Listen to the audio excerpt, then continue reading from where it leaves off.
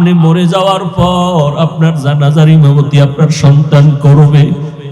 জীবনে টাকা পয়সা নিয়ে তো কেউ কবরে যাইতে পারে না রে মা, দুনিয়ার ক্ষমতা নিয়ে কেউ কবরে যাইতে পারে না। ওরে যারা একটা আলেম রাইখে গেল, কোরআন পড়াইয়া গেল, ওই সন্তান মায়ের কবরের কিনারায় দাঁড়ায় দাঁড়ায় কোরআন পড়ে আর চোখ বেয়ে বেয়ে পানি ছেড়ে কান্না করে। ওই মায়ের জীবনটা কতই যে ধন্য। ও পর্দার আড়ালের আম্মা জানেরা, দুনিয়া কিছুই না রে মা। আপনি মরিয়া গেলে 5টা সাদা কাপড় পরাইয়া কবরে নিয়ে যাবে। কই এলাকার মহিলারা 2 দিন খবর নিয়ে আর আপনার নাম কেউ নিবে না। কিন্তু খোদার কসম, একটা নেককার সন্তান যদি রেখে যান, আপনার সন্তান ডাক্তার হবে, তবে যদি কোরআন পড়ায়া আদর্শওয়ালা বানায় যান, ওই সন্তানের আদর্শ দেখে মানুষ দোয়া করবে। আর ওই দোয়ার একটা অংশ আপনি মা কবরের মধ্যে পাইয়া যাবেন। ওই সন্তানের কথা মনে করতে গিয়া সবাই মাকেও দোয়া করবে, কারণ ভালো মা না হইলে কখনো সন্তান ভালো হয় না। বাবার আদর্শ ভালো না হইলে কখনো সন্তানের আদর্শ ভালো হয় না। এরে আম্মা জান, স্বামীর মাল হেফাজত করবেন, সন্তানকে আদর্শওয়ালা বানাবেন, আল্লাহর দরবারে কান্না করবেন। স্বামীর মালটা কিন্তু আপনার নিজেরই মাল। সন্তানটাকে ইঞ্জিনিয়ার বানাবেন, তবে কোরআনটা পড়াইয়া ইঞ্জিনিয়ার বানায় দেন। আপনার সন্তান ইঞ্জিনিয়ারিং পড়ার ফাঁকে ফাঁকে ঘুমের ঘরে এশার নামাজের পরে ঘুমের আগে 1 ঘন্টা কোরআন পড়তে পাঠায় দেন কোন ইমাম সাহেবের কাছে, অথবা ফজরের নামাজের পরে 1 ঘন্টা কোরআন শরীফ পড়তে পাঠায় দেন। ও আম্মা জান, আপনি যদি একটু সোচ্চার হয়ে যান কষ্ট করিয়া, সকালবেলা যদি আপনার সন্তানটারে ডাক দেন, বাবা ওঠ নামাজ পড়। আমার নবী তো তাবিজটা দিয়ে গেছেন 1500 বছর আগে। 7 বছর হইলেই মা বাবা সন্তানটারে নামাজের মুসাল্লায় দাঁড় করাও। 10 বছর হইলে শাসন করিয়া লাগলো নামাজ পড়াও। ছোট থেকে যদি কন্ট্রোল করিয়া নাও, আর বড় হলে বেয়াদবি করবে না। ওই সন্তান মা বাবার জন্য জীবন দিবে, খেদমত করবে। ও মা, ওই সন্তানের মা বাবা হইয়া লাভ কি হবে? যেই সন্তান মা বাবারে সালাম দেয় না, মা বাবার কল্যাণে আগাইয়া যায় না, ও বাবারা, ওই সন্তান দিয়া কোনো লাভ নাই।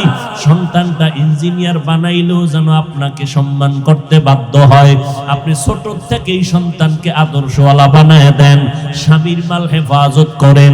আপনি মা যদি 5 বেলার নামাজ পড়িয়া মাওলার কাছে দোয়া করেন, ও আল্লাহ, আমার সন্তানটারে তুমি আদর্শওয়ালা বানাও, আমার সন্তানটা কামাই রুজি করে হালাল ভাবে কামাই রুজিতে বরকত দাও। আম্মা জান, আপনার স্বামী যদি হারাম টাকা কামাই করে, আপনি যদি 1 দিন 2 দিন জিজ্ঞাসা করেন, ও স্বামী আমার এই মাসের বেতন কত? 20,000। যদি দেখেন বেতন আসছে 22,000, আপনি মা যদি জিজ্ঞাসা করেন 2,000 টাকা বেশি আসলো কেন, স্বামী চিন্তায় পড়ে যাবে। কি বলবো? বলবে একজনে আমারে দিছে, এটা নিয়ে আসছি। পরের মাসে যদি দেখেন আবার বাড়তি, ও স্বামী বলো তোমার বেতন 20,000, 3,000 বাড়তি কেন বলো? একদিন না একদিন বলতে বাধ্য হবে, আমি অমুকের বেতন থেকে কিছু টাকা কর্তন করেছি, আমি অমুক সরকারি বরাদ্দ থেকে এত টাকা নিয়ে আসছি। আম্মা জান যদি সাথে সাথেই বলেন, ও স্বামী আমার, আমি জীবনটা দিয়া কষ্ট করে সংসার গড়াইয়া যাব, তবে হারাম টাকা দিয়া সংসার গড়াইতে চাই না। তুমি যা পাও হালাল নিয়ে আসো, আমি কষ্ট করে সংসার গড়াবো হালালের উপরে। এই কথা যদি স্বামীকে বুঝাইয়া বলতে পারেন, স্বামী জীবনে মইরা গেল আর হারাম টাকা খাবে না। স্বামীকে যদি বলতে পারেন, স্বামী তুমি হারাম খাইয়া তোমার রক্তটারে নাপাক করতেছো, আমার বাচ্চার তো কোনো অপরাধ নাই, তুমি হারাম টাকা দিয়ে আমার বাচ্চার রক্ত কেন নাপাক করবা? হতে দিব না, আমার রক্তটারে নাপাক করতে আমি সুযোগ দিব না।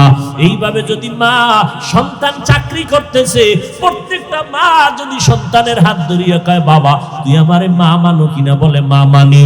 আমি তোরে মরিয়া যাব, জীবনের একটা দাবি কইরা যাই। কি মা বলো? মা যদি হাত ধরিয়া কয়, বাবা জীবনে কোনো গরিবের উপরে জুলুম করবি না, হারাম টাকা কোনোদিন হাত দিয়া ধরবি না, আম্মা জানের একটা কথাই সন্তান আল্লাহর ওলি হয়ে যাবে।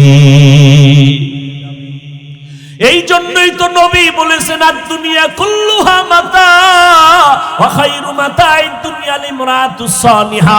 দুনিয়ার সব হলো সম্পদের মধ্যে উত্তম সম্পদ হলো নেককারিনী মহিলারা। ওরে আম্মা জান, আপনারা খাদিজা রাদিয়াল্লাহু আনহার মতো নারী, খাদিজার মতো টাকাওয়ালা তো হতে পারেন না রে মা। ওই খাদিজা রাদিয়াল্লাহু আনহা আরবের মধ্যে এত বড় ধনী, আমার নবীকে বিবাহের বন্ধনে আবদ্ধ করার পরে দুইজন স্বামী বিদায়ের পর আমার আম্মা জান আমার নবীকে গ্রহণ করলেন। আম্মা জানের বয়স 40, নবীর বয়স হলো 25। এই সময় নবীর ঘরে আসলেন আম্মা জান। আরবের ধনী নারী খাদিজা সব সম্পদ স্বামীর দান করে দিয়েছেন। আর আমগো করেন আম্মা জানেরা স্বামীর কামাই চুরি করে করে গুনার রাস্তায় ব্যয় করে। স্বামী বেচারা বিদেশ থেকে ব্যাংক অ্যাকাউন্ট কইরা স্ত্রীর নামে টাকা দিছে, কত মোহব্বত, আর সে টাকা খরচ কইরা কইরা উল্টা পাল্টা রাস্তায় দৌড়ায়। স্বামী বেচারা দেশে আইসা দেখে ব্যাংক অ্যাকাউন্টে কোনো টাকাই নাই। কয়েকদিন খুঁজা টুইজা তদন্ত করতে নাইমে দেখে বউও নাই, হিজরত কইরা কই গেছে খবর নাই। আবার স্বামী বেচারারও একটু ভেজাল আছে, কি ওই বউ আনে না, আছে বউয়ের যৌতুক। বিয়ার আগে বলছিল ভিসা দিবিনি মাইয়ে নেউ, শ্বশুর বাড়ির থেকে ভিসা নিয়ে বিদেশ যাবে। বিয়া করছে এই শর্তে, বিদেশে যাওয়ার ভিসা দিতে হবে, এই শর্তে বিয়া করছে। যৌতুক হারাম, হারামে কোনোদিন আরাম নাই। ও ভাই, যারা হারাম টাকা কামাই করে সংসার চালান, আপনার সন্তান সংসারে জীবনে শান্তি আসবে না। আল্লাহর কসম, পারলে লিখে রাখেন, আপনার হারাম কামাইয়ের ঘরের সন্তান কোনোদিন আপনারে সম্মান দিবে না।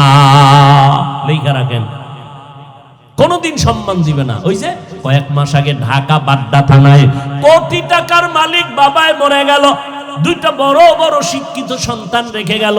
24টা ঘন্টা দুই ভাই বাবার টাকা নিয়ে ঝগড়া করলো, লাশটা ফালায় রাখছে। 24 ঘন্টায় দাফন করার কেউ নেই। এমন কুলাঙ্গার সন্তান জন্ম দিয়া কি লাভ হবে? এমন কুলাঙ্গারের আব্বা দাবি করলে কি লাভ হবে রে আম্মা জান? ও আম্মা জান, আপনারা হয়তো মনে মনে বলবেন, হুজুর খালি আমগো কোন আব্বাদের কেন কোন না?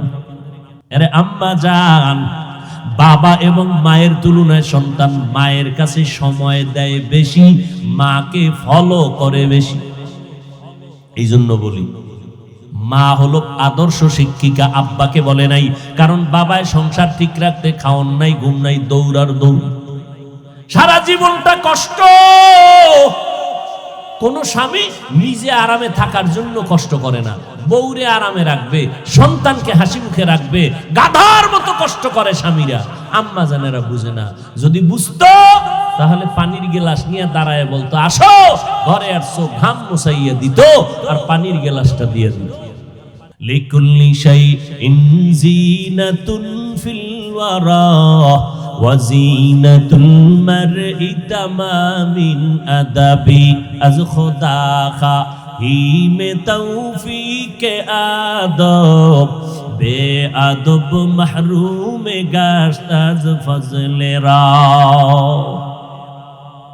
মানুষের ভুল হবেই, কথা ঠিক না? ভুল হওয়া এটা রসুলের হাদিস মতে ভুল হওয়া এতটা মারাত্মক না, ভুলটা স্বীকার না করা যতটা মারাত্মক। পয়গম্বর বলেন, দুনিয়ার সমস্ত উম্মত বনি আদমরা গুনার পর্দায় আটকানো, গুনাহ করে, ভুল করে। কিন্তু ওই ব্যক্তি আল্লাহর কাছে বড় দামি যে ভুল করি আবার স্বীকার করে, সারেন্ডার হয়, মাথা নত করে, আল্লাহ ভুল করেছি, মাফ করে দাও। এরে আল্লাহর বান্দা, তুমিও মুসলমান, আমিও মুসলমান, এক মুমিন আর এক মুমিনের আয়না। আমার ভুল তোমার চোখে পড়বে, ধরায় দাও, আমি পারবো ধরায় দিব। ধরাইয়া দিয়া মাথা ডানে বামে নাড়বা না, নত করে বলবা, ভাইজান তোমাকে দোয়া করি, তুমি আমার আয়না হইয়া ধরায় দিছো। না হয় মানুষ আমারে খারাপ বলতো, কে জানি কত বাজে মন্তব্য করতো। আর এখন কেউ ভুল ধরায় দিলে আর সালাম দেয় না, এ দুশ্মন হয়ে গেছে। আমার ভুল ধরলো কেন? দুশ্মন হয়ে গেছে। আল্লাহ বলেন আমি ইবাদতের জন্য মানুষ বানাইলাম। কেমনে ইবাদত করবা? একমাত্র মদিনার নবীর আদর্শ অনুযায়ী ইবাদত করা লাগবে। নবীর তরিকায় নামাজ পড়ো ইবাদত, নবীর তরিকায় ব্যবসা করো ইবাদত, নবীর তরিকায় চাকরি করো ইবাদত। কারণ আমার মায়ার নবী ব্যবসাও করেছেন, চাকরিও করেছেন। আমার নবী নিজে ব্যবসা করেন, ব্যবসা করে দেখায় দিয়েছেন হালাল ভাবে ব্যবসা কেমনে করা যায়। আর আপনি দোকানে লেখছেন বিক্রিত মাল ফেরত নেওয়া হয় না, তার মানে আপনি ধোঁকাবাজ, আপনি ক্রেতারে ধোঁকা দিবেন।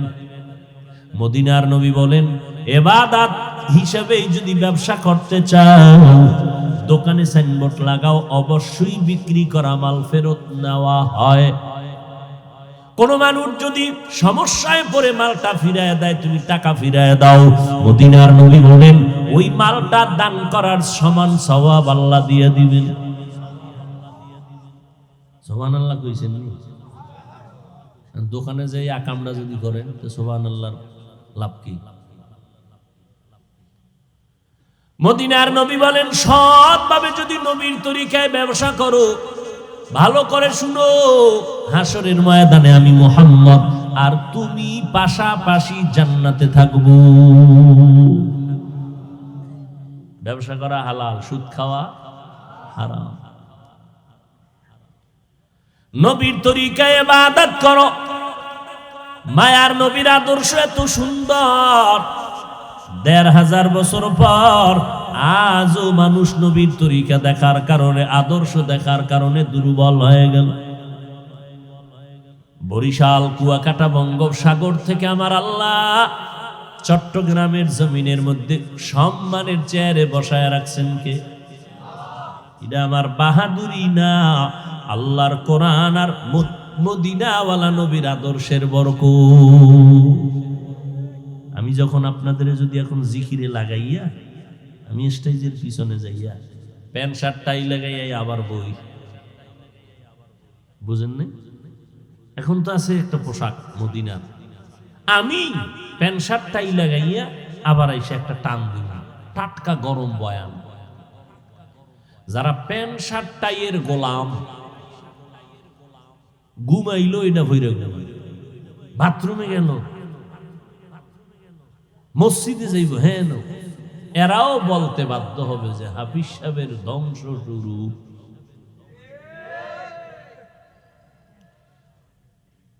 পাগলও নিজের ভালো বুঝে, বাবা তোমার আকল কি এতটাই নষ্ট যে তুমি পাগলের থেকেও খারাপ? যদি তাই না হয়, তোমার আকলকে তুমি আধা মিনিট জিজ্ঞেস করো, আমি ব্যক্তিটা এখন বয়ান করি, এই রাতে তুমি বসে আছো, না খাওন আছে, না কোনো গাড়ি ভাড়া আছে, কিচ্ছু নাই, কষ্ট করে তুমি এখানে বসে আছো। আমি ব্যক্তিটাই আবার একটু পরে লেবাসটা চেঞ্জ করব, কণ্ঠ ঠিক, বয়ানও ঠিক, সব ঠিক, লেবাস চেঞ্জ। তুমি বলবা বয়ান শোনা যাবে না।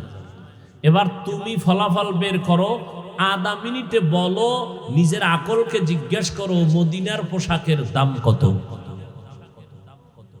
বিচার তোমার হাতে। কিয়ামতের দিন আল্লাহ আমলনামা দিয়ে কইবে, নে ইকরা কিতাবাকা কাফা বিনাফসিকাল ইয়াউমা আলাইকা হাসিবা। এই বেটা তোর হিসাব তুই কর, দেখ তুই কি আকাম করছো জমিনে, নিজেরটা নিজে হিসাব মিলায় বল, তুই জোতার বাড়ি খাবি না জান্নাতে যাবি।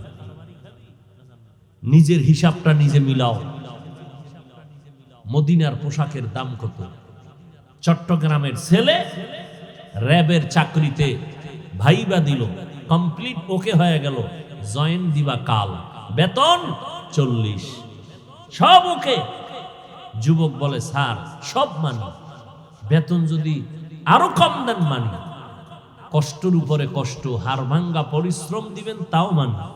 আমার ছোট্ট একটা দাবি। কি দাবি তোমার? বলে আমি কালা পোশাক পরবো না, এটা খুব ভয় পাই। চট্টগ্রামের বুদ্ধিজীবী শিক্ষিত যুবকেরা বলো বাবা চাকরিটা ওকে কেন? পোশাকের দাম নাই? তুমি আশেক, দুনিয়ার সরকারের পোশাকের দাম আছে, আর্মির পোশাকের দাম আছে, র্যাবের পোশাকের দাম আছে। এই পোশাক আবার ভারতে চলবে না, তাদের আলাদা পোশাক, সেখানে আলাদা দাম। আমার রসুলের পোশাকটার দাম নাই না? তুমি রসুলের আশেক, এই নি তোমার মোহাব্বত রসুলের প্রতি। অথচ আমার এক নবীর একটা সুন্নতকে জিন্দা করার জন্য জীবন বিলাইয়া দিয়েছেন। মায়ার নবীর আশেক দস্তারখানে বিছাইয়া খানা খায়, খানা পড়ে গেছে উঠাইয়া খাইলেন সাহাবী।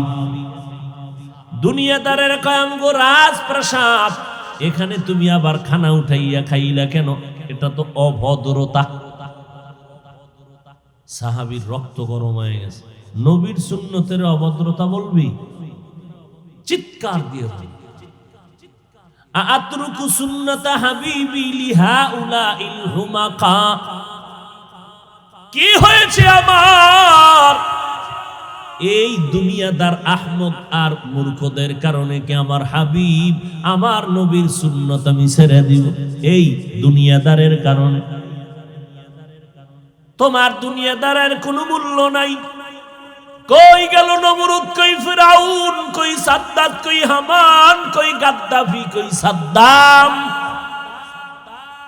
কই যমুনা গ্রুপের মালিক কই গেল? করোনায় ডিসমিস হয়ে গেল।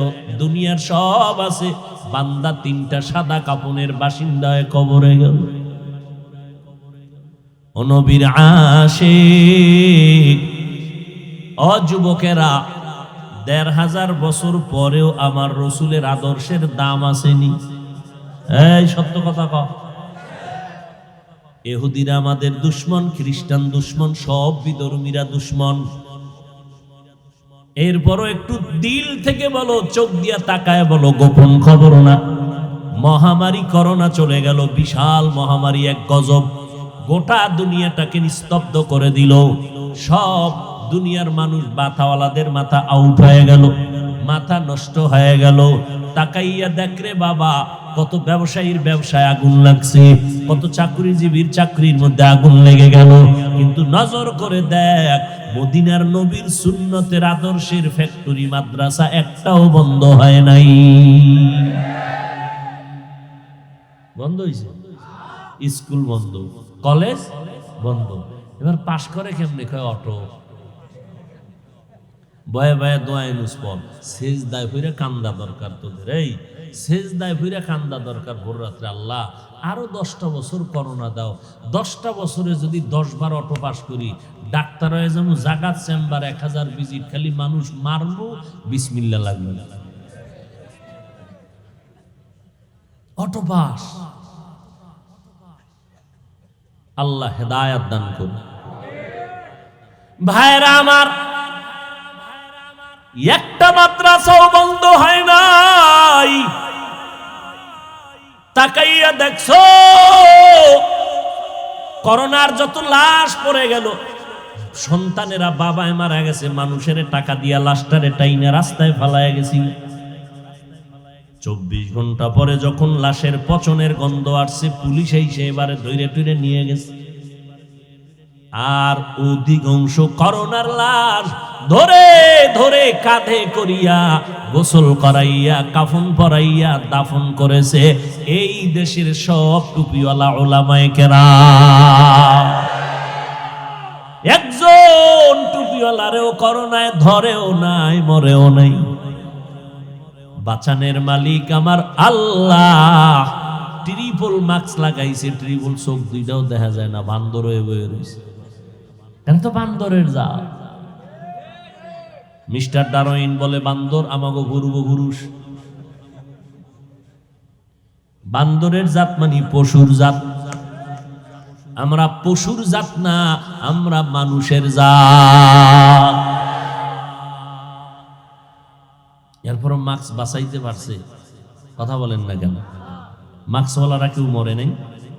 হ্যাঁ, সতর্কতা অবলম্বন করবেন, সেটা সুন্দর, কিন্তু ঈমান থাকতে হবে কার উপর?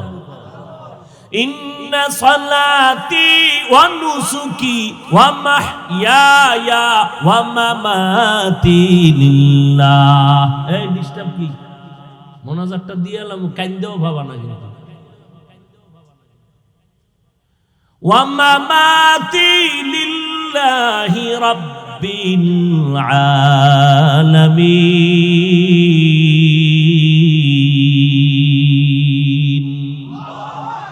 ইব্রাহিম নবী দোয়া করলেন, আমার নামাজ, আমার কোরবানি, আমার বেঁচে থাকা, মরে যাওয়া কার জন্য? আরো জোরে বলেন। ও আল্লাহর বান্দারা, ওরে যুবক, আমার নবীর আদর্শের মালা কেন তুমি গলায় লাগাইবা না? মদিনার নবীর রেখে যাওয়া আদর্শ এত সুন্দর। মক্কার জমিনে যখন নবী আসলেন, মক্কার মানুষ ছিল সৃষ্টির নিকৃষ্ট, খারাপ। এত বড় খারাপ মক্কার মধ্যে কোনো মানুষ ছিল না। কিন্তু সেই মানুষগুলো রাহমাতুল লিল আলামিনের মোহাব্বতের আদর্শ যখন গ্রহণ করা শুরু করলো, এদেরকে আল্লাহ এত পরিমাণ সম্মান দান করেছেন, আল্লাহ জান্নাতের টিকিট পাঠায়, কয় নবী জানায় দেন এরা বিনা হিসাবে জান্নাতি। আপনারাও বিনা হিসাবে জান্নাতি হয়েছেন নি? দুই একজন। কেন পিসাব কোনো টিকিট দেয় নাই? কি বলেন? পিসাব যদি টিকিট দিতে না পারে কি এর ফি? পিসাব কয়, ওরে তুই নামাজ পড়বি কেন? আমি ফির যদি তোরে নামাজ ছাড়া জান্নাতে নিতে না পারি, আমি কি এর ফি? তুমি শয়তানের ফি।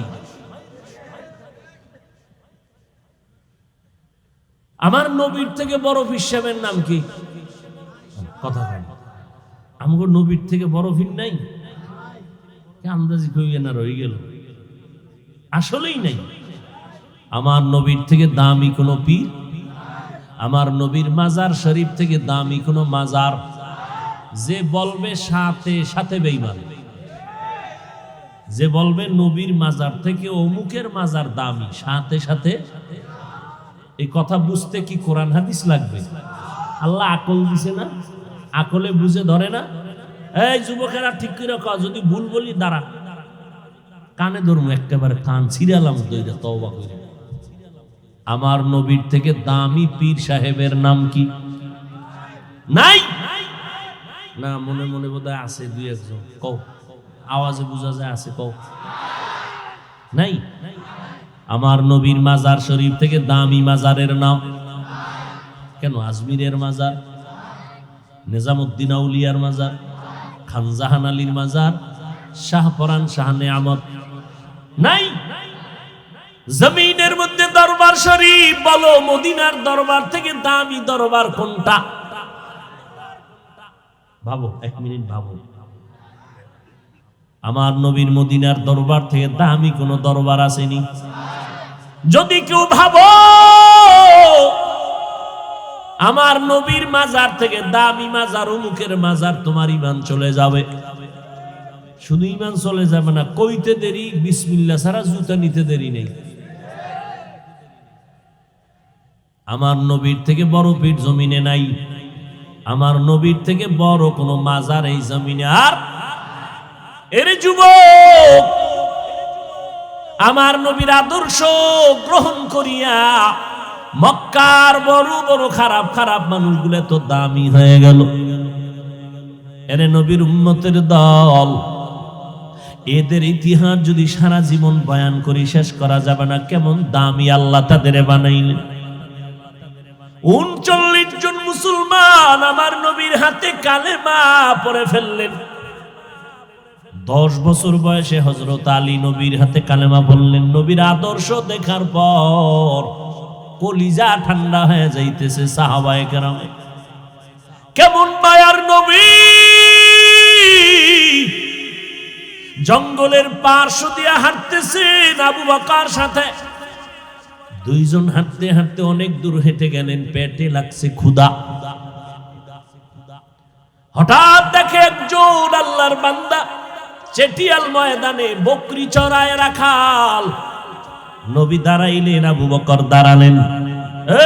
এই রাখাল, তোমার এই বকরিতে দুধ হয়? বলে হয়। আমার একটু দিবা না, ক্ষুধা লাগছে। রাখাল বলে বকরির আমি রাখাল, আমি তো মালিক না, আমার অনুমতি নেই দেওয়ার, আমি মালিক না, আমি শুধু রাখাল।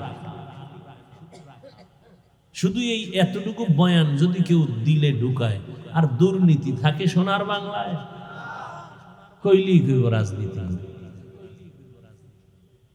রাখাল বলে আমার মালিকানায় নাই। এবার রহমাতুল লিল আলামিন দাঁড়ায় আছেন, আবু বকর দাঁড়ানো, ডাক দিয়া কয় রাখাল, যেই বকরিটা জীবনে দুধ দিবে না তুমি ভাবো, ওই বকরিটা আমি মুহাম্মদের হাতের সামনে এনে দাও। যেটা জীবনে দুধ দিবে না ওই বকরি নিয়ে আসছে। এইবার বকরিটার নবী হাত দিয়া, বরকতের হাত দিয়া মুছে দিলেন। রাখাল তাকায় দেখতেছে আর বলতেছে আমি দেখতেছি আব্দুল্লাহর ছেলে মুহাম্মদ যখন বকরির পিঠের উপরে হাত মোবারক বুলাইয়া দিল, সাথে সাথে ভরপুর ওলান হয়ে গেল। মুহাম্মদ নিজের হাতে দুধ টেনে টেনে টেনে টেনে বের করে নিজেও পান করলেন, আবু বকরকে পান করালেন, আমারেও দিলেন। এরপরে বকরিটার উপর আবার হাত মুছলেন, আগের মতো হয়ে গেল। এই রাখাল, বকরিটারে আবার পালের সাথে দিয়ে আসো।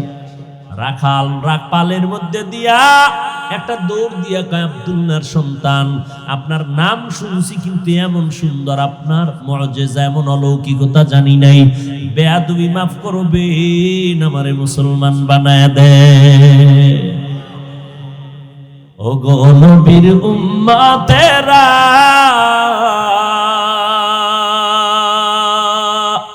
হয়ে আজি দিশাহারা, কোরআন হাদিসের চলো যখন যাহা চায় মনে, নবী বিনে কে তরবে ফুলসিরাত মিজানে, নবী বিনে কে তরবে ফুলসিরাত মিজানে। কেমন মায়ার নবী আমার, যে নবীর আদর্শ দেখে দেখে বেঈমানরা অল্প সময় কালেমাওয়ালা হয়ে গেল। এরে নবীর উম্মতের দল, আমার মায়ের নবীর আদর্শে পড়িয়া সাহাবায়ে কেরাম নিজের জীবনটাকে বিলীন করে দিয়েছেন, জীবন দিয়া দিছেন, কিন্তু আল্লাহর মোহাব্বতের বিলীন করেন নাই, নবীর মোহাব্বতের মাঝে কোনো ফাটল ধরান নাই। এরে নবীর উম্মতেরা, ও যুবক, এত সুন্দর একটা প্যান্ডেল সাজাইয়া মানুষগুলো বসে আছে, খাওন নাই, ঘুম নাই, বিছনাটাও এত কোয়ালিটি পূর্ণ না। আপনাদের কি মখমলের চাদর দিছেনি? যেই বিছনাটা দিছে এটাই যদি কোনো বিয়ার অনুষ্ঠানে দেয়, কি পরিমাণ জুতা খাইব। অথচ এখানে আপনারা যে বসে আছেন, কে বড় কে ছোট, কে আলেম কে মূর্খ, কোনো ভেদাভেদ নাই, কষ্ট নাই। আছে? কষ্ট আছে? যাহারে ওয়াজে আইলাম আমাকে এইরকম দুর্বল বিছনা দিল কেন, তাহলে স্বর্ণের ভাটি নিয়ে আইতাম। এতগুলো মানুষ কোন খানা পাবে এর কোনো নিশ্চয়তা নাই, খাওয়ানোর লোভেও বসে নাই। বসেন আমরাও কি আবার উটের গোশত দেওয়া হবে? কোনো লোভ নাই। এরপরে এতগুলো মানুষ নিয়ন্ত্রণের জন্য কোনো পুলিশ নেই, র্যাব নাই। আছে? কোন চুপচাপ বসে আছে, কে এদের বসায় রাখলো? এর পেছনে অবশ্যই কোনো নিয়ন্ত্রণ চলতেছে। ওই আল্লাহকে চিনো। এত সুন্দর অবস্থা দেখাই বেঈমানেরা কালেমা পড়ে। আমগো ধর্মের মধ্যে এমন কোন সিস্টেমই নেই। মুহাম্মদের আদর্শের মধ্যে এত সুন্দর সিস্টেম, এটা দেখে দেখে বহু বিধর্মী কালেমা পড়ে। অযুবকের দল, মদিনার নবী বলছেন যুবকের দ্বারা আমি মুহাম্মদের উপকার হয়েছে। আজকে সেই যুবক সারাটা রাত মোবাইলটা সামনে নিয়ে কবিরা গুনাহ করে করে করে করে রাত কাটায় দেয়। ও যুবক, তাকাইয়া দেখছো তোমার মতো কত যুবক আন্দর কিল্লা মসজিদের গেইটে গিয়া জুমার সময় দেখবা অনেক যুবক তোমার মতো চেহারা, সুন্দর গোলাপের মতো, কিন্তু দুইটা চোখের পাওয়ার নাই, ভিক্ষার হাতা থালা নিয়ে কাঁদতেছে। আমার একটু ভিক্ষা দাও। তোমার 2 টাকা দিলে আমার বাসার মধ্যে আগুন জ্বলবে, খানা হবে। আজকে তুমি যেই চক্ষু দিয়া নাচ গান দেখে সারাটা রাত্র কাটাও, আল্লাহ যদি তোমারে অন্ধ বানাইতেন, কেমনে সেই নাচ গান দেখতে রে যুবক? আমার আল্লাহরে এখনো চিনো না। আমরা নবীর তরিকা মানার কারণে তো আমাদের সম্মান কমে নাই, ইজ্জত আমাদের কমে নাই। আমার নবীর এই সুন্নাত আর আদর্শ দুনিয়ার কোন হিন্দুরা মানবে না, বৌদ্ধরা মানবে না, ইহুদিরা মানবে না, খ্রিস্টানরা মানবে না। বলো বাবা, আমার নবীর সুন্নতের আদর্শ কারা মানবে? সত্য কথা বলতেও কষ্ট লাগে। তুমি মুসলমান হইয়া থাকলে নবীর আদর্শ কেন মানো না? তুমি কি বাঁচবা আর পরে আরো 10 বছর পর গ্যারান্টি কই এমন একটা দিন নাই যুবকের লাশের খবর নেই। 365 দিন খুঁজবা, দেখবা গড় হিসাবে প্রতিদিন যুবকের লাশ। আজকে তুমি এখন বয়ানে বসছো, দিব্যি আরামে শুনতেছো, আল্লাহ না করুন আগামীকাল না জানি কার খবর হয়ে যায় হসপিটালে অমুক বান্দা অসুস্থ বিছনায় পড়ে আছে, পরের দিন নাই। ও যুবক, আমার মায়ার নবী তোমার জন্য কত দোয়া করে গেলেন। ওই নবীর আদর্শের মালা গলায় লাগাও। তোমাকে আমি এই কথা বলি না চলো স্কুল কলেজ বাদ দিয়ে সবাই কওমি মাদ্রাসায় যাও, না না না, একবারও বলবো না, কেউ বললেও মানবা না। ও যুবক, আমি এই কথা বলি না, পাঁচকুল্লি মাথায় দাও, তাবলিগে যাও, চরমনাই যাও, হাটাজারি যাও, দেওবন্দীদের কাছে যাও, তাও বলবো না। স্কুল সারিয়া মাদ্রাসায় আসো, তাও বলবো না। বরং আমি তোমার পক্ষে বলে গেলাম, এ যুবক, স্কুল সারবানা, কলেজ সারবানা, ভার্সিটির পড়া সারবানা, ডাক্তার হও, আমি দোয়া করি ইঞ্জিনিয়ার হও, তুমি একজন বড় প্রফেসর হয়ে যাও, একজন ভালো ডাক্তার হয়ে যাও। ও বাবা, তুমি ডাক্তার হও, আমার কোনো দুঃখ নাই, বরং দোয়া করি আমার মাদ্রাসায় মাওলানা মুফতি হওয়ার জন্য ছাত্রের অভাব নাই, কিন্তু আমার দেশে আদর্শ ডাক্তারের অভাব, আদর্শ ইঞ্জিনিয়ারের অভাব, আদর্শ একজন প্রফেসরের অভাব। ও বান্দা, তুমি মাদ্রাসায় দরকার নাই, তুমি তোমার লাইনে থাকিয়া তুমি আদর্শওয়ালা হয়ে যাও। স্কুল কলেজে পড়িয়াও তুমি আদর্শ ডাক্তার হও, ইঞ্জিনিয়ার হও, তবে বেয়াদব হইবা না। তোমার আচরণে যেন কোনো আলেম কষ্ট না পায়, তোমার ব্যবহারে যেন মুরব্বীরা কষ্ট না পায়, তোমার ব্যবহারে যেন কোনো মা বাবা, তোমার বন্ধুরা কষ্ট না পায়, তোমার আচরণে যেন অন্য সন্তান খারাপ হয়ে না যায়। ও যুবকের জন্য দরকার তোমার দোয়া, আর দোয়ার মধ্যে তোমার সবথেকে দামি দোয়া হলো তোমার মা বাবার দোয়া। তোমার মায়ের দোয়া নাও, বাবার দোয়া নাও। মা বাবার দোয়া করতে দেরি আরশে আজিমে যাইতে কোনো পর্দা থাকে না রে বাবা। অনেক সন্তানের বাবারা মায়েরা বারবার চিঠি দেয়, দোয়া চায়, হুজুর আমার সন্তানটার জন্য দোয়া করবেন, লাইনে নেই। আমি বলি আব্বা জানেরা, আম্মা জানেরা, যেই পরিমাণ হুজুরদের কাছে আপনারা দোয়া চাইলেন, এর অর্ধেক যদি আল্লাহর কাছে চাইতেন ফলাফল পেয়ে যাইতেন। বাবা হইয়া দোয়া করতে পারেন না, কি মোহাব্বত সন্তানের জন্য।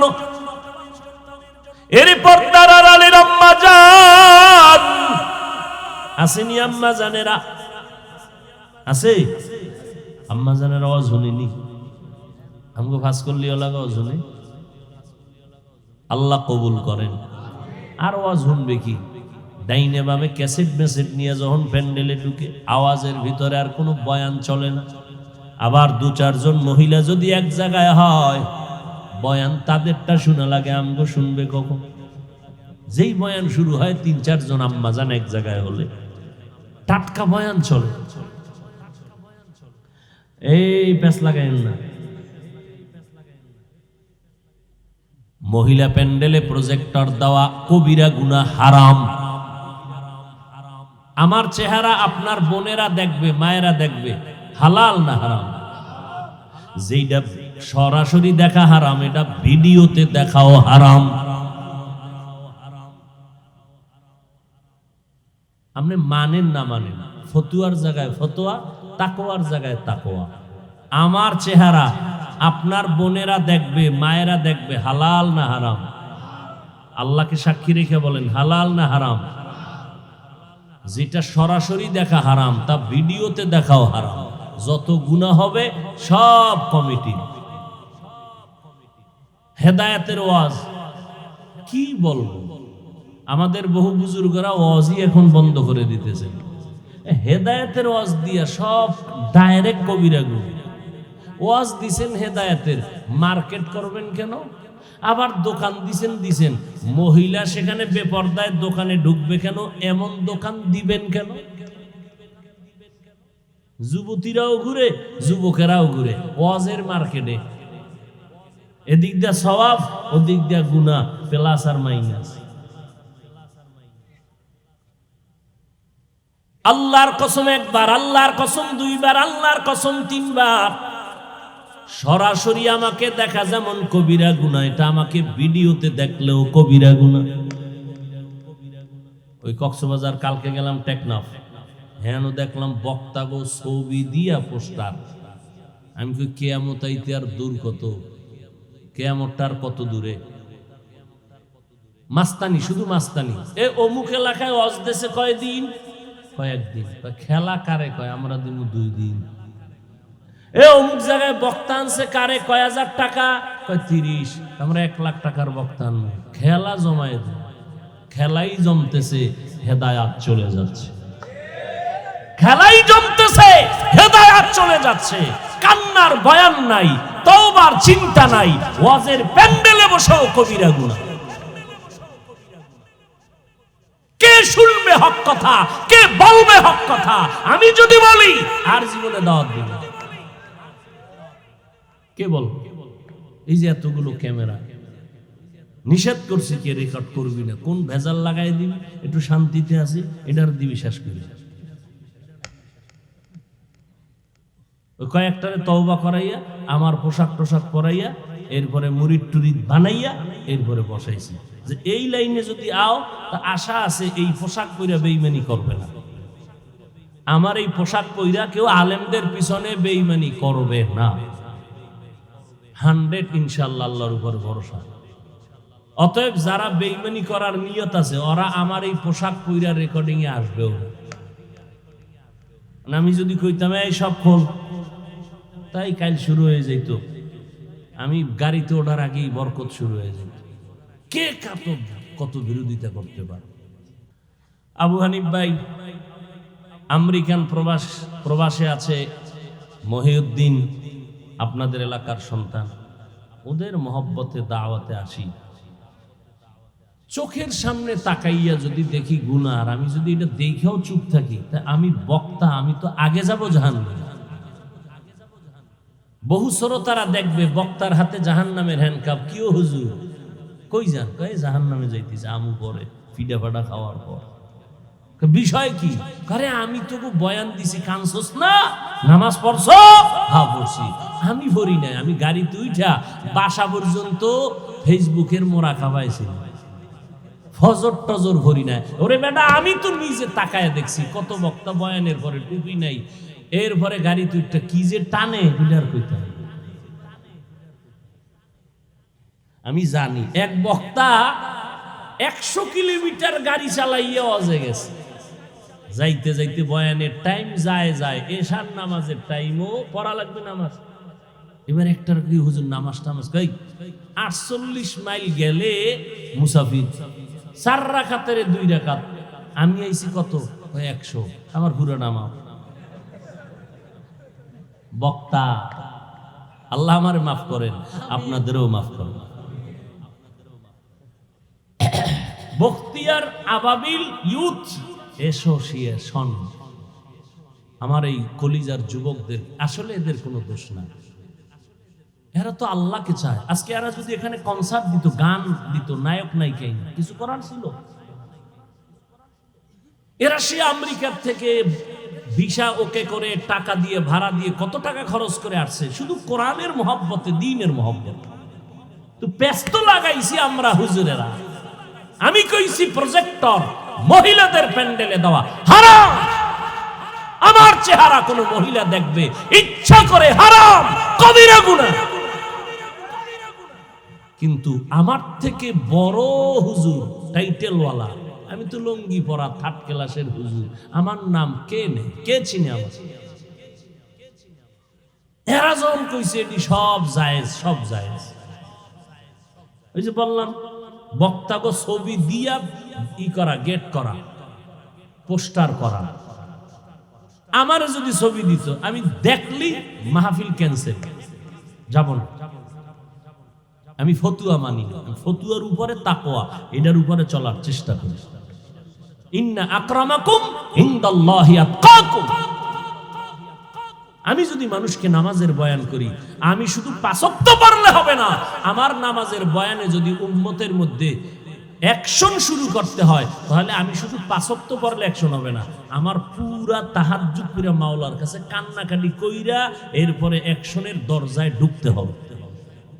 এত সোজা। পুলিশে আসামি দইরা থানায় নিয়ে কি ভিডায়, কোনো কান্দে না। আর ওয়াজের ভ্যান্ডেলে মানুষ কান্দে, ওরে ভিডায় কে? আর নিমক হারাম, তুমি সে কান্নার বিরুদ্ধে আবার কালা চশমার হুজুরে লাইভ দেয়, এত কান্দো না। নবী এত কাঁদেন না, লাইভ দেয় কালা চশমার হুজুর কান্নার বিরুদ্ধে। এজন্য রাসূল বলে গেছে, এই উম্মতেরা, দুনিয়াতে যদি কোনো খারাপ মানুষ দেখতে চাও, একদল চূড়ান্ত খারাপ হবে, তারা ওলামা। আর যদি ভালো মানুষ দেখতে চাও, তাও হবে একদল ওলামা। বলে ওলামা চূড়ান্ত ভালো হইলে খারাপ কেন? চূড়ান্ত খাদ্য বিরিয়ানি, খারাপ হইলে ভান্তাবাতের মতো মূল্য নেই। চূড়ান্ত ভালো আলেম, ভণ্ডামি করলে গাঞ্জাখোরের মতো দাম নেই।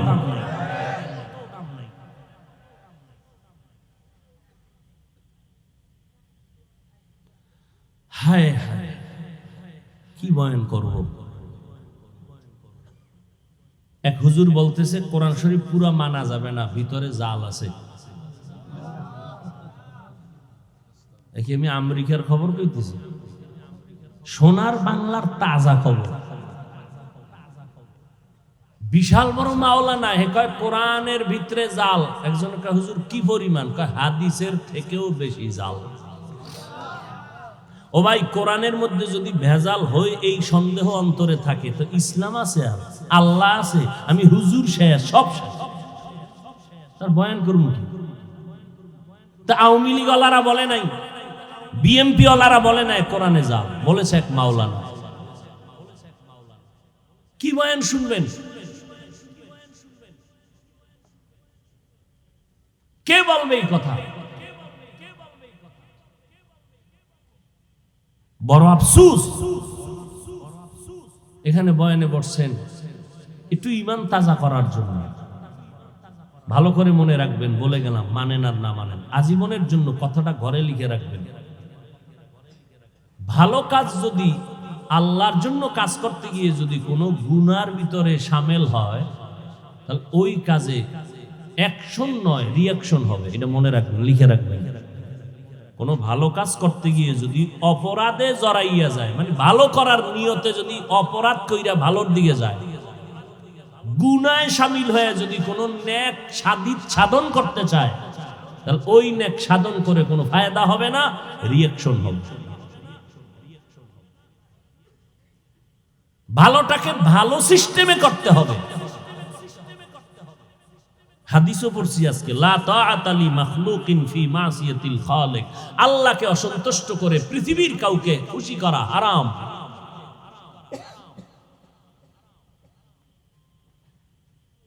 সুন্নতের খানা পইরে গেছে, উঠায় খাইছে, একজনকে অভদ্রতা, চিৎকার দিয়ে বলেছে, এই আহমক, রাসূলের সুন্নত, আমার হাবিবের সুন্নত, তোর মতো দুনিয়াদারের কথা আমি ছেড়ে দিব? আমরা প্লেট চেটে খাই, কয় অভদ্রতা। আর এরা কুত্তার মতো কিছু খায়, কিছু ফেলে দেয়, ভদ্রতা।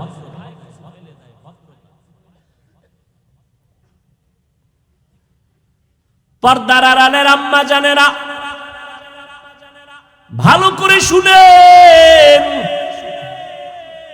আপনারা নবীদের মা, সাহাবায়ে কেরামের মা, আউলিয়ায়ে কেরামের মা, হাফেজে কোরআনের মা, আরে আম্মা জান খাদিজা রাদিয়াল্লাহু আনহার মতো নারী, আপনারা আয়েশা রাদিয়াল্লাহু আনহার মতো নারী, আপনারা ফাতেমা রাদিয়াল্লাহু আনহার মতো নারী।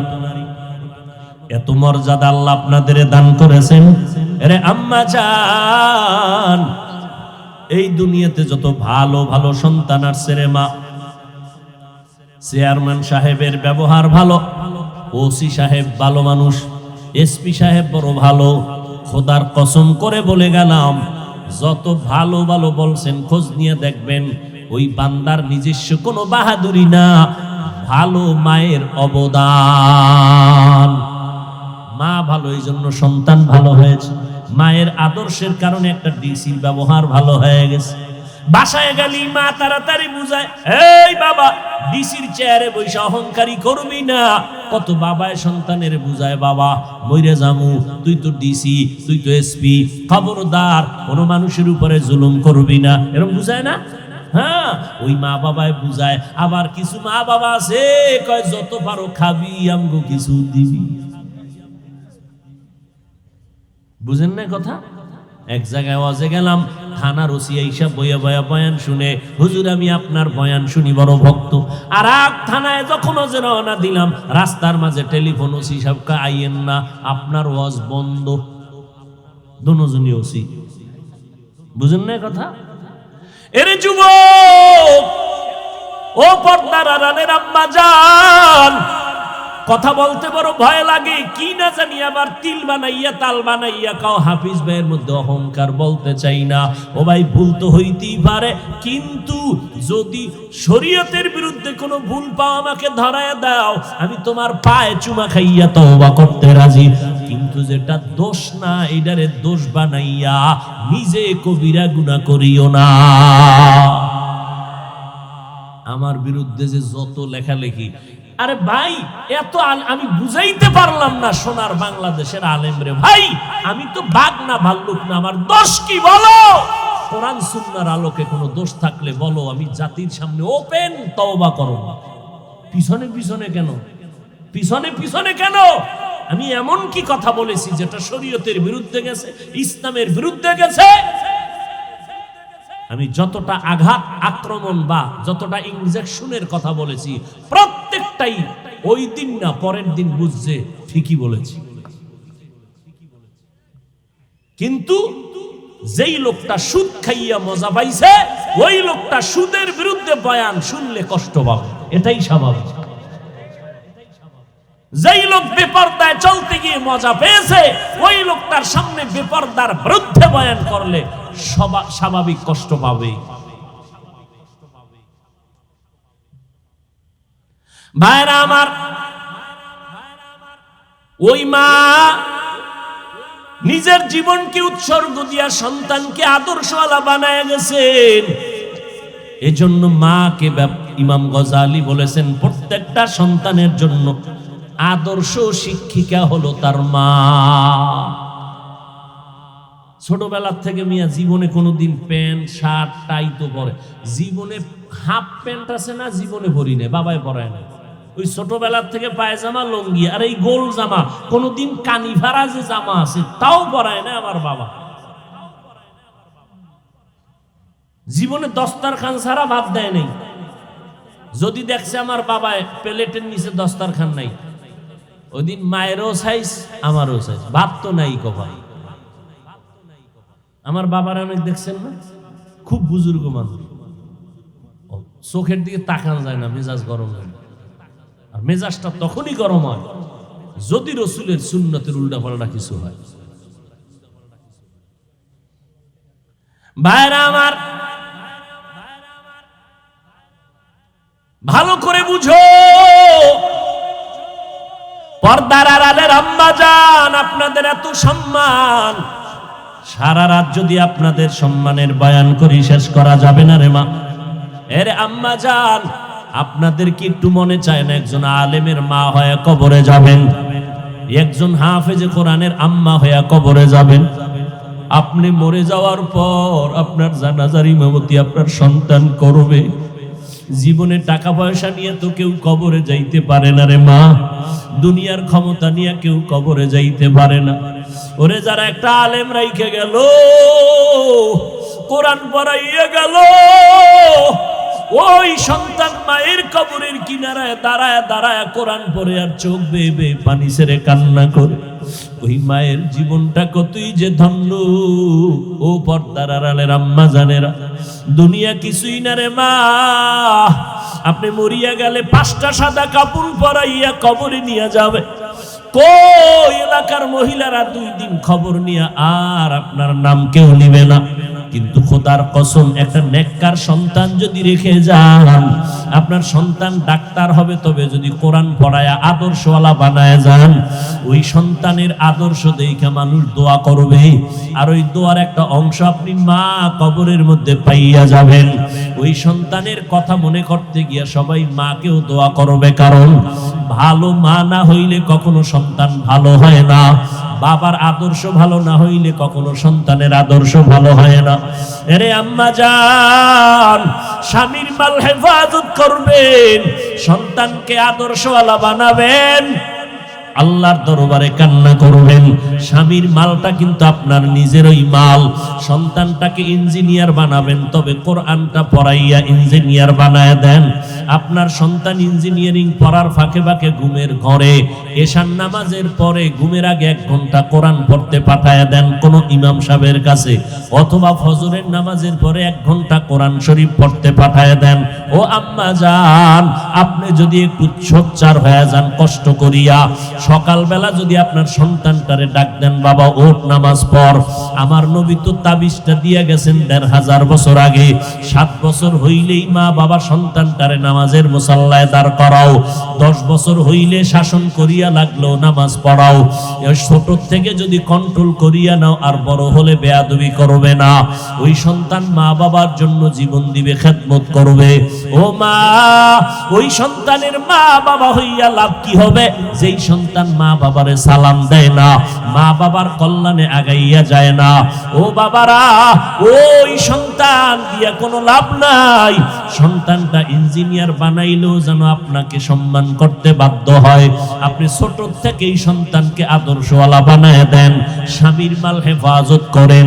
আপনি মা যদি 5 বেলার নামাজ পড়িয়া মাওলার কাছে দোয়া করেন, ও আল্লাহ, আমার সন্তানটারে তুমি আদর্শওয়ালা বানাও, আমার সন্তানটা কামাই রুজি করে হালাল ভাবে কামাই রুজিতে বরকত দাও। আম্মা জান, আপনার স্বামী যদি হারাম টাকা কামাই করে, আপনি যদি 1 দিন 2 দিন জিজ্ঞাসা করেন, ও স্বামী আমার এই মাসের বেতন কত? 20,000। যদি দেখেন বেতন আসছে 22,000, আপনি মা যদি জিজ্ঞাসা করেন 2,000 টাকা বেশি আসলো কেন, স্বামী চিন্তায় পড়ে যাবে। কি বলবো? বলবে একজনে আমারে দিছে, এটা নিয়ে আসছি। পরের মাসে যদি দেখেন আবার বাড়তি, ও স্বামী বলো তোমার বেতন 20,000, 3,000 বাড়তি কেন বলো? একদিন না একদিন বলতে বাধ্য হবে, আমি অমুকের বেতন থেকে কিছু টাকা কর্তন করেছি, আমি অমুক সরকারি বরাদ্দ থেকে এত টাকা নিয়ে আসছি। আম্মা জান যদি সাথে সাথেই বলেন, ও স্বামী আমার, আমি জীবনটা দিয়া কষ্ট করে সংসার গড়াইয়া যাব, তবে হারাম টাকা দিয়া সংসার গড়াইতে চাই না। তুমি যা পাও হালাল নিয়ে আসো, আমি কষ্ট করে সংসার গড়াবো হালালের উপরে। এই কথা যদি স্বামীকে বুঝাইয়া বলতে পারেন, স্বামী জীবনে মইরা গেল আর হারাম টাকা খাবে না। স্বামীকে যদি বলতে পারেন, স্বামী তুমি হারাম খাইয়া তোমার রক্তটারে নাপাক করতেছো, আমার বাচ্চার তো কোনো অপরাধ নাই, তুমি হারাম টাকা দিয়ে আমার বাচ্চার রক্ত কেন নাপাক করবা? হতে দিব না, আমার রক্তটারে নাপাক করতে আমি সুযোগ দিব না। এইভাবে যদি মা, সন্তান চাকরি করতেছে, প্রত্যেকটা মা যদি সন্তানের হাত ধরিয়া কয়, বাবা তুই আমারে মা মানো কিনা? বলে মা মানি। আমি তোরে মরিয়া যাব, জীবনের একটা দাবি কইরা যাই। কি মা বলো? মা যদি হাত ধরিয়া কয়, বাবা জীবনে কোনো গরিবের উপরে জুলুম করবি না, হারাম টাকা কোনোদিন হাত দিয়া ধরবি না, আম্মা জানের একটা কথাই সন্তান আল্লাহর ওলি হয়ে যাবে। এই জন্যই তো নবী বলেছেন, আর দুনিয়া কুল্লুহা মাতা ওয়া খায়রু মাতা'আদ দুনিয়া লিমরাতুস সালিহা। দুনিয়ার সব হলো সম্পদের মধ্যে উত্তম সম্পদ হলো নেককারিনী মহিলারা। ওরে আম্মা জান, আপনারা খাদিজা রাদিয়াল্লাহু আনহার মতো নারী, খাদিজার মতো টাকাওয়ালা তো হতে পারেন না রে মা। ওই খাদিজা রাদিয়াল্লাহু আনহা আরবের মধ্যে এত বড় ধনী, আমার নবীকে বিবাহের বন্ধনে আবদ্ধ করার পরে দুইজন স্বামী বিদায়ের পর আমার আম্মা জান আমার নবীকে গ্রহণ করলেন। আম্মা জানের বয়স 40, নবীর বয়স হলো 25। এই সময় নবীর ঘরে আসলেন আম্মা জান। আরবের ধনী নারী খাদিজা সব সম্পদ স্বামীর দান করে দিয়েছেন। আর আমগো করেন আম্মা জানেরা স্বামীর কামাই চুরি করে করে গুনার রাস্তায় ব্যয় করে। স্বামী বেচারা বিদেশ থেকে ব্যাংক অ্যাকাউন্ট কইরা স্ত্রীর নামে টাকা দিছে, কত মোহব্বত, আর সে টাকা খরচ কইরা কইরা উল্টা পাল্টা রাস্তায় দৌড়ায়। স্বামী বেচারা দেশে আইসা দেখে ব্যাংক অ্যাকাউন্টে কোনো টাকাই নাই। কয়েকদিন খুঁজা টুইজা তদন্ত করতে নাইমে দেখে বউও নাই, হিজরত কইরা কই গেছে খবর নাই। আবার স্বামী বেচারারও একটু ভেজাল আছে, কি ওই বউ আনে না, আছে বউয়ের যৌতুক। বিয়ার আগে বলছিল ভিসা দিবিনি মাইয়ে নেও, শ্বশুর বাড়ির থেকে ভিসা নিয়ে বিদেশ যাবে। বিয়া করছে এই শর্তে, বিদেশে যাওয়ার ভিসা দিতে হবে, এই শর্তে বিয়া করছে। যৌতুক হারাম, হারামে কোনোদিন আরাম নাই। ও ভাই, যারা হারাম টাকা কামাই করে সংসার চালান, আপনার সন্তান সংসারে জীবনে শান্তি আসবে না। আল্লাহর কসম, পারলে লিখে রাখেন, আপনার হারাম কামাইয়ের ঘরের সন্তান কোনোদিন আপনারে সম্মান দিবে না। লিখে রাখেন, কোনোদিন সম্মান দিবে না। ওই যে কয়েক মাস আগে ঢাকা বাড্ডা থানায় কোটি টাকার মালিক বাবায় মরে গেল, দুইটা বড় বড় শিক্ষিত সন্তান রেখে গেল। 24টা ঘন্টা দুই ভাই বাবার টাকা নিয়ে ঝগড়া করলো, লাশটা ফালায় রাখছে। 24 ঘন্টায় দাফন করার কেউ নেই। এমন কুলাঙ্গার সন্তান জন্ম দিয়া কি লাভ হবে? এমন কুলাঙ্গারের আব্বা দাবি করলে কি লাভ হবে রে আম্মা জান? ও আম্মা জান, আপনারা হয়তো মনে মনে বলবেন, হুজুর খালি আমগো খন, আব্বাদের কেন কন না? আরে আম্মা জান, বাবা এবং মায়ের তুলনায় সন্তান মায়ের কাছে সময় দেয় বেশি, মাকে ফলো করে বেশি। এই জন্য বলি, মা হলো আদর্শ শিক্ষিকা, আব্বাকে বলে নাই। কারণ বাবায় সংসার ঠিক রাখতে খাওন নাই, ঘুম নাই, দৌড়ার দৌড়, সারা জীবনটা কষ্ট। কোন স্বামী নিজে আরামে থাকার জন্য কষ্ট করে না, বউরে আরামে রাখবে, সন্তানকে হাসি মুখে রাখবে, গাধার মতো কষ্ট করে স্বামীরা। আম্মা জানেরা বুঝে না। যদি বুঝতো তাহলে পানির গ্লাস নিয়ে দাঁড়ায় বলতো, আসো ঘরে আসছো, ঘাম মুছাইয়া দিত আর পানির গ্লাসটা দিয়ে দিত। বরং আম্মা জান একটু এতক্ষণ নড়াচড়া করছে, যেই টের পাইছে স্বামী আইছে, আস্তে চিৎপটাং হয়ে গেছে বিছনায়। কি আমি অসুস্থ, পানি দাও, নিয়ে খাও, নিয়ে খাও, আমি তোমার খেদমত করব কেন? এরকম আম্মা জানো আছে না নাই? আপনারা তো ফাতেমা রাদিয়াল্লাহু আনহার থেকে দামি না? এরে আম্মা জান, এই আপনারা যারা স্বামী আছেন কি বলবো, এই খাদিজা রাদিয়াল্লাহু আনহা, আয়েশা রাদিয়াল্লাহু আনহা, ফাতেমা রাদিয়াল্লাহু আনহার জীবনী নিজেও পড়বেন, স্ত্রীদেরকে আইনা দিবেন, পড়তে দিবেন, বাংলা কিনে দিবেন। আর কান্নাওয়ালা ওলামা যারা হক, এদের বয়ান শোনাবেন। শুনে না, ঘরের মধ্যে খালি সাউন্ড বাড়াইয়ে রাখে, বাচ্চার কান্না যেন টের না পাওয়া যায়, খালি বয়ানের আওয়াজ। খোদার কসম, খাঁটি আল্লাহওয়ালাদের বয়ান ঘরে বাজান, বড় আওয়াজ দিয়া সাউন্ড দেন, সব ভূত ঘর থেকে দূর হয়ে যাবে। একদিন না একদিন স্ত্রীর সোজা লাইনে চলে আসবে। একটা কথা কানের মধ্যে ধাক্কা লাগবে, হেদায়েতের দরজা খুলে যাবে। আম্মা জানদেরে বলছি, সম্মানের বয়ান করতেছি, আপনাদের অপমান না। আপনাদের এত সম্মান, আমগো পুরুষের ওই পরিমাণ সম্মান নাই। কিয়ামতের দিন আমার আল্লাহ যদি জিজ্ঞাসা করে, ও হাসরের কোটি কোটি মানুষ, আজ আমি এই মানুষের মধ্যে একজনকে পুরস্কার দিব, ওই ব্যক্তিটাকে দাঁড়াও, কোটি কোটি মানুষের সামনে আমি পুরস্কার দিব। কে? আমার মুহাম্মদ। মুহাম্মদের হাতে প্রথম কালেমার দাওয়াত কবুল করেছো, দাঁড়াও। কোটি কোটি মানুষের সামনে আমি আল্লাহ তারে পুরস্কার দিব। দুনিয়ার কোন পুরুষ দাঁড়াবার ক্ষমতা হবে না। একজন নারী দাঁড়াইয়া আম্মা জান দাঁড়ায় বলবে, ও দয়ার মালিক, আমি একজন নারী মুহাম্মদের হাতে প্রথম কালেমার দাওয়াত গ্রহণ করেছি। আমি একজন নারী হলাম খাদিজা। আমার আল্লাহ যদি বলেন আমার মুহাম্মদের দ্বীন জমিনে টিকাইয়া রাখতে গিয়া কে বেঈমানের মোকাবেলায় শহীদের রাস্তায় রক্ত ঝরাইছো,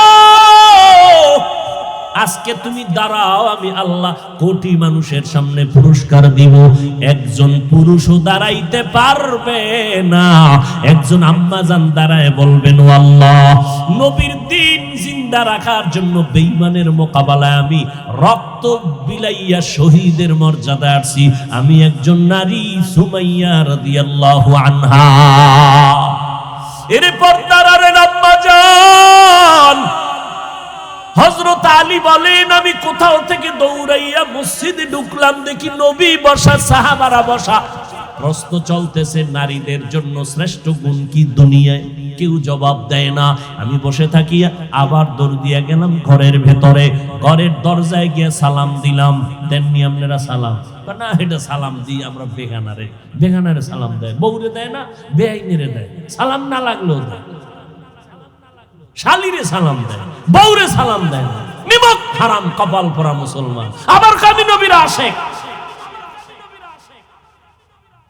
বেগানারে সালাম দেয়। বেগানারে সালাম দেওয়া জায়েজ নাই। বেগানারে সালাম দেওয়া কি নাই? আর খালি সালাম, সালামালাইকুম সালামালাইকুম সালাম দেয়। সালামের স্টাইল কি সালামালাইকুম? বিএ পাস করলি আসসালামু আলাইকুম এটা বলতে পারে না। বিএ পাস করছে, সব পারে, সালাম পারে না। বেগানাকে সালাম দেওয়া নিষেধ। আম্মা জানেরাও বেগানা পুরুষকে সালাম দেওয়া নিষেধ। কোন বেগানা পুরুষ বেগানা নারীকেও সালাম দেওয়া সম্পূর্ণ নিষেধ। মাকে সালাম দেওয়া লজ্জা লাগে, বেআইনিরে দিলে মজা লাগে।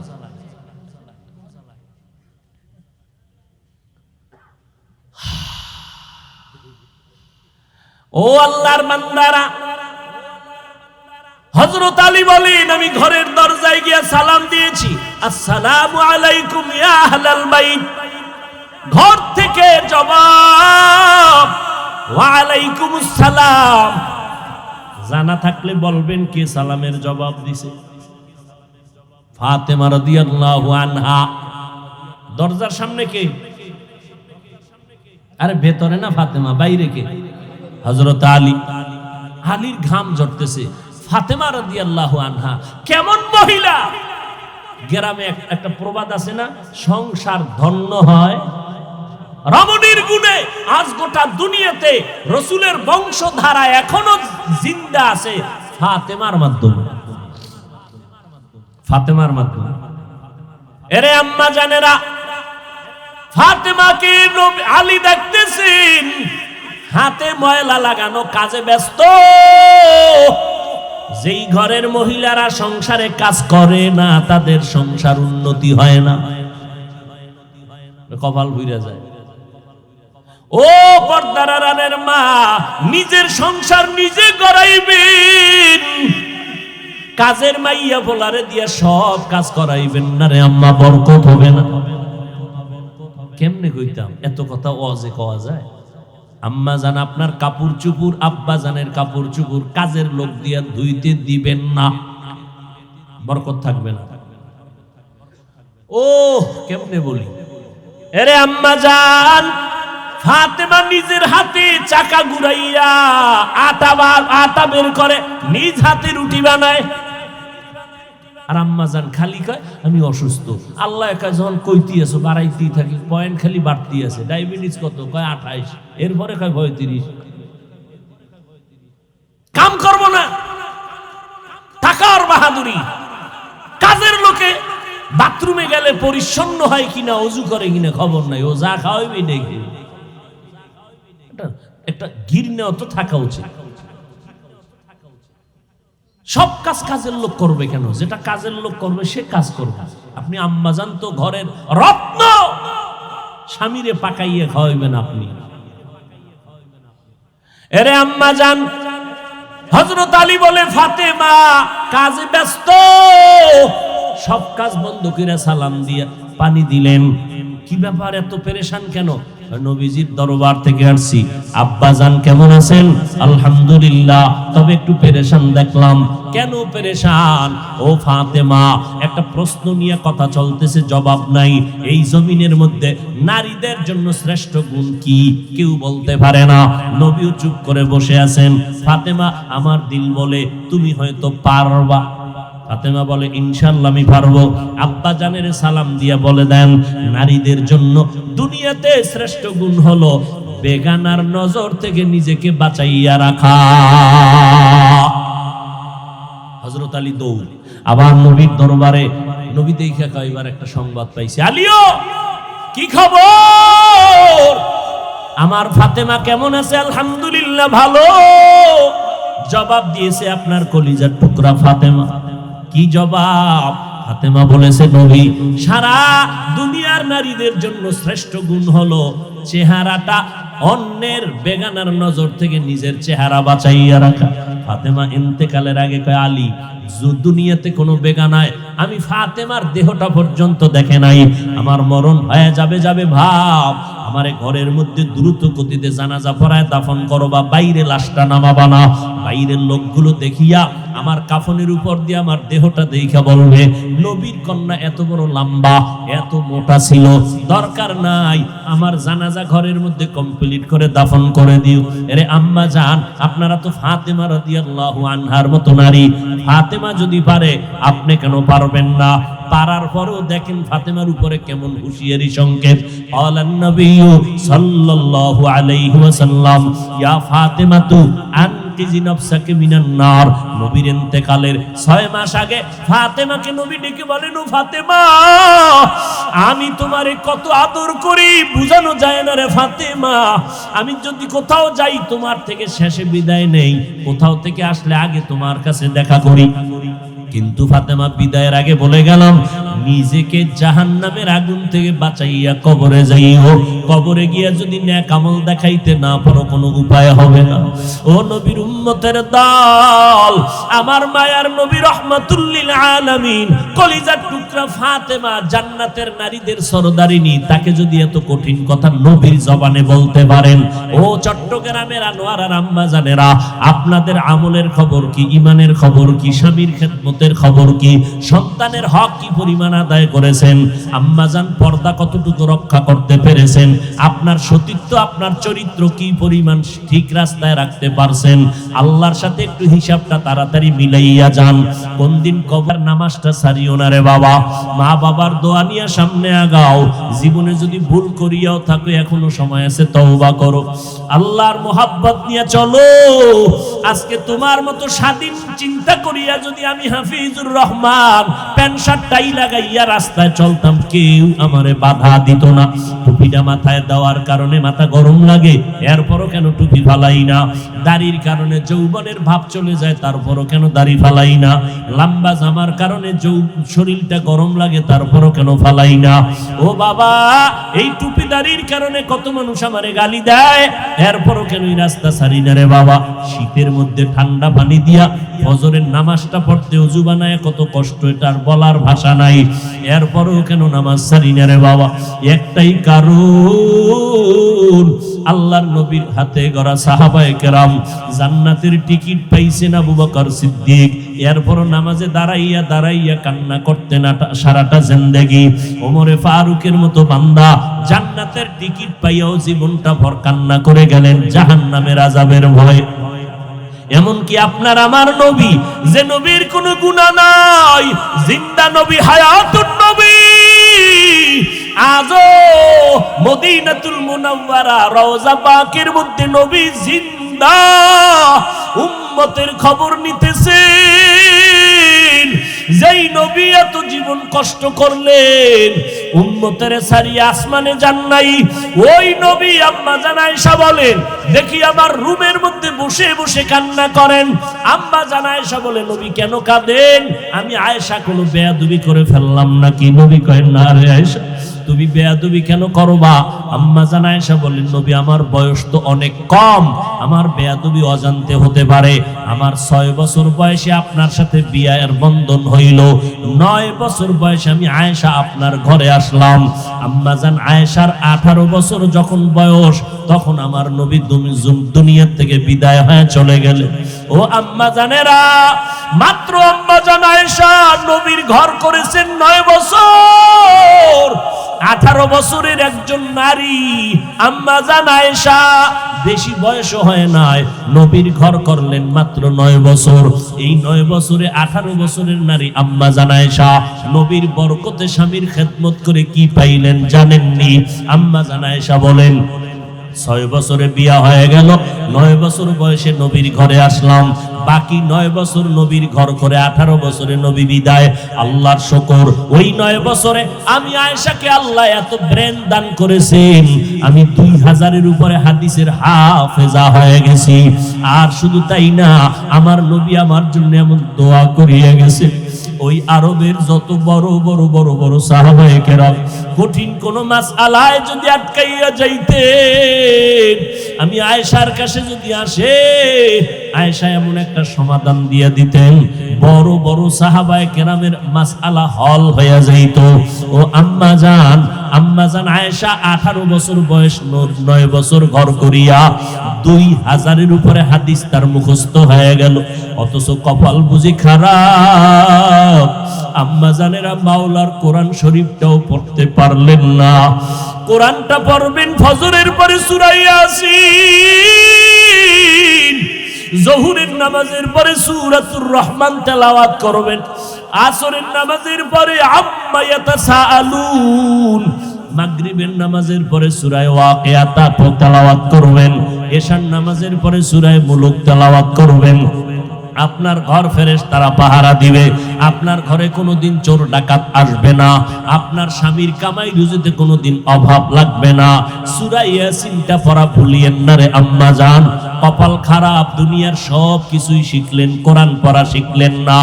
আমি ছোটবেলার থেকে বলতেছিলাম, ভুলে গেছিলাম, আম্মা জান আমাদের গজল শিখাইতেন, আম্মা জান আমাদের কোরআন পড়া শিখাইছেন।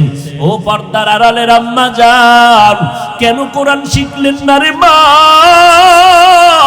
কোরআনের মতো আর এত মধুর তেলাওয়াত কই পাইবেন? ও পর্দার আড়ালের আম্মা জান, ওই আম্মা জান আয়েশার মতো আপনারাও নারী।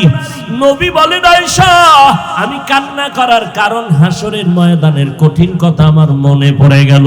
আম্মা জান আয়েশা বলেন, কেমন কঠিন? নবী বলতেছেন, আয়েশা এই জমিনটা হবে কিয়ামতের মাঠ, হাসরের ময়দানে সমস্ত নারী পুরুষ উলঙ্গ আল্লাহর আদালতে দাঁড়াবে। আল্লাহ পাক গরম মেজাজ নিয়ে কুদরতের আওয়াজ দিয়ে বলবেন, লিমানিল মুলকুল ইয়াউম। আল্লাহ পাকের কুদরতের রাগান্বিত বড় আওয়াজে হাসরের ময়দানটা কেঁপে উঠবে। অপরদিকে সূর্যের গরম, আল্লাহ বলবে, সূর্য যত তাপ আছে জমিনে ছেড়ে দাও। অন্যদিকে জাহান্নামের আওয়াজ, জাহান্নামের আওয়াজে হাসরের মাঠ থরথর করে কেঁপে উঠবে। নবীজি বলেন, ও আয়েশা নবীদের কোনো গুনাহ নাই, সেই নবীরা পর্যন্ত কান্না শুরু করবেন, হাউমাউ করে কাঁদবেন আর বলবেন, উম্মতের কথা সব নবীরা ভুলিয়া কাঁদবেন, আল্লাহ আমাকে বাঁচাও। আদম নবী কান্না শুরু করবেন, আল্লাহ আমারে বাঁচাও। মুসা নবী কান্না করবেন, বলবেন, আল্লাহ আমারে বাঁচাও। সূর্যের গরম সহ্য করা যায় না, জাহান্নামের আওয়াজ কানের মধ্যে নেওয়া যায় না।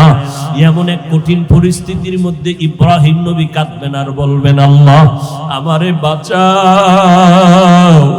একজন নবী উম্মতের কথা কেউ স্মরণ করবেন না। আম্মা জান আয়েশা বলেন, নবী তখন আপনি তো দু জাহানের সরদার, রহমতের নবী, আপনি তখন কি করবেন? আম্মা জানকে নবী বলেন, ও আয়েশা, ওই সময় আমি কোন উম্মতের কথা নিজের চিন্তা বাদ দিয়া আমি আল্লাহর দরবারে মাকামে মাহমুদে সিজদায় পড়ে কাঁদবো আর বলবো, আল্লাহ আমার উম্মতের বাঁচাও, আমার উম্মতের বাঁচাও। আমি একবারও আমাকে বাঁচানোর কথা বলবো না, আমি আমার মেয়েকে বাঁচাও বলবো না, আমি আমার স্ত্রীকে বাঁচাও বলবো না, আমি বলবো আল্লাহ আমার উম্মতের বাঁচাও। আম্মা জান আয়েশা বলেন, আপনার কান্নার পরে কি হবে? আল্লাহ বা নবী বলেন, ও আয়েশা, তখন আমার আল্লাহর অন্তরে মায়ার জোশ আসিয়া যাবে। আমার আল্লাহ বলবে, নবী আপনি মোটেও কাঁদবেন না, মাথা উঁচু করেন, আপনাকে আমি এখনই সুযোগ দিচ্ছি রে নবী, আপনার একটা উম্মত আমি জাহান্নামে দিব না, আপনি বাঁচিয়া বাঁচিয়া এই কোটি মানুষের মধ্য থেকে উম্মত গুলো জান্নাতের দিকে নিয়ে যান। আম্মা জান বলেন, নবী তখন আপনি কি করবেন? নবী বলেন, আমি কোটি কোটি মানুষের মধ্যে উম্মত গুলো বাঁচিয়া আরশে আজিমের নিচে নিয়ে বসাবো। আল্লাহর নবীর প্রশ্নের কথায় আম্মা জান আয়েশা বলেন, নবী কোটি কোটি মানুষের মধ্যে আপনি উম্মত গুলো চিনবেন কি করে? আল্লাহর নবী বলেন, ও আয়েশা, দুনিয়াতে আমার উম্মতেরা 5 বেলার ওযু বানাইয়া যারা নামাজ আদায় করত, কিয়ামতের দিন ওই ওযুর অঙ্গগুলো নূরের আলোর দ্বারা ঝলমল করতে থাকবে। আমি নবী দেখে দেখে ধরে ধরে জান্নাতের দরজায় নিয়ে যাব। কিন্তু নবী নিজে নিয়া কাউসারের পানি নিজের হাতে পান করাবেন, লাইনে দাঁড় করায়া। হঠাৎ দেখবে একটা পর্দা পড়িয়া গেছে, উম্মত পর্দার বাইরে। হঠাৎ নবী দেখে বলবো, ফেরেশতা, আমার উম্মত এখনো লাইনে দাঁড়ানো, পর্দা ফালাই না, কাউসারের পানি কি দিব না? ফেরেশতারা বলবে, নবী এই উম্মত গুলো আসলে আপনার দাবি করলো, আসলে হাকিকতে আপনার দুশমন।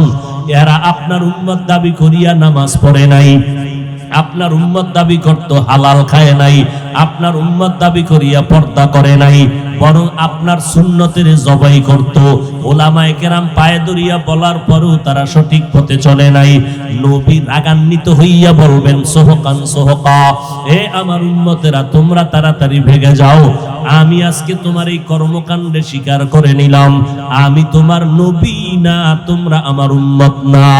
ও এলাকার মুসলমান যুবক ও বৃদ্ধ বাবাজি ও পর্দার আড়ালের আম্মা জান, আল্লাহর নবী যখন বলবে ভেগে যাও, ওই কাতারে না জানি আমি পড়িয়া যাই, যদি আমি পড়িয়া যাই জাহান্নামের আগুন ছাড়া কিছুই হবে না রে বাবা। দুনিয়ার গরম সইতে পারো না, জাহান্নামের গরম কেমনে সহ্য করবা? ও যুবক, আমি বলি না তুমি আমাগো মতো হুজুর হও, স্কুল কলেজে চাকরি ব্যবসা করে নামাজটা ছাড়িও না। বলবা কেমনে পারি? একটু নজর করে দেখো, তোমার মতো কত যুবক নামাজ পড়ে, স্কুলে পড়ে, অভাব নাই। একটু নিজেরে বুঝাও, তুমি কেন পারবা না? ও পর্দার আড়ালের মা বোনেরা, আপনাদের মতো মা এখনো এলাকায় ঘুরলে দেখবেন 5 ওয়াক্ত নামাজের অভাব নাই, এমনকি ভোর রাত্রে উঠিয়া তাহাজ্জুদের নামাজটাও তারা আদায় করে।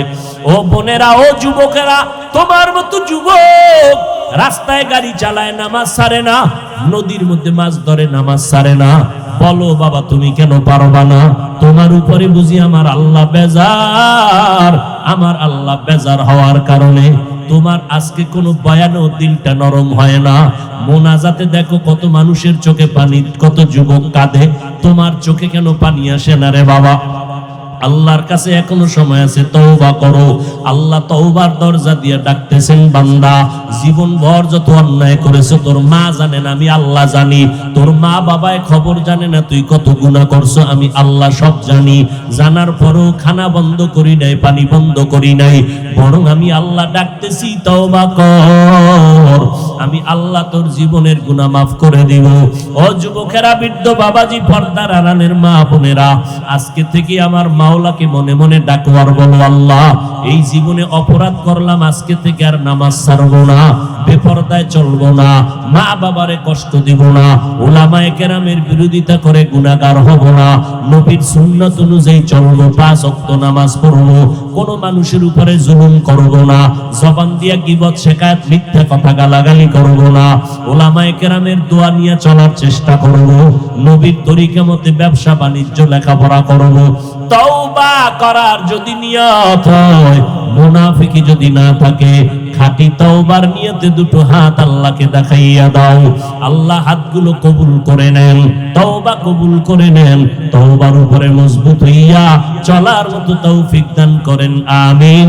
আলহামদুলিল্লাহি রাব্বিল আলামিন, والصلاة والسلام على سيد الأنبياء والمرسلين وعلى آله وأصحابه أجمعين يا أرحم الراحمين يا أرحم الراحمين يا أرحم الراحمين رب ارحمهما كما ربياني صغيرا اللهم إنا نسألك رزاك والجنة ونعوذ بك من سخطك والنار اللهم إنك عفو كريم